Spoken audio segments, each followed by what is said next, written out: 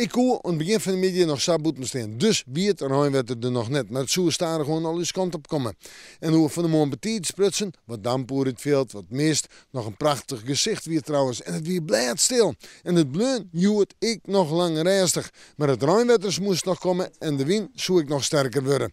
Wol, ik zet het waar op mijn richtje. Ontemooi het weekend natuurlijk. Allereerst joen en vannacht. Bewolking, ruim, lichte ruim, maar het wordt letterjoen of vannacht stadig gewoon droeg. En dan is er kans op mist. Temperatuur 8 of 9 graden, wind uit westelijke richting waai. Eerst nog noordelijk en die is krachtig, maar letterjoen en vannacht neemt de wind al, want zwak of matig en dan uit die westelijke richting waai. Meneer, beginnen we met mist en droeg waar. Letter het ruimwetter, temperaturen 12 en 14 graden. Wind noord en west en die is zwak of matig. In de joentijd in de nacht ruimt het stevig en krijgt het waar een buiig karakter. Misschien wel kans op tonger.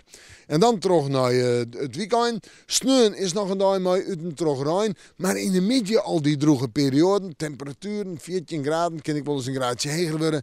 En dan terug naar Pinkstersnijn. Schucht er knap uit. De zinnen erbij.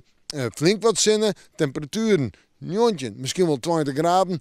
En we hebben wolkens op een bui of een buiken, vooral in de joentijd in de nacht. Dan terug naar Pinkstermanje. Ik een bui of een buiken, de zinnen er nog bij. Temperaturen zullen er bij de 17 graden heen. Dus juggen die Pinksterdagen er net echt meer uit. Wat de temperatuur gaat omheen en de zinnen komt erbij. We moeten morgen maar weer even in het waarsje.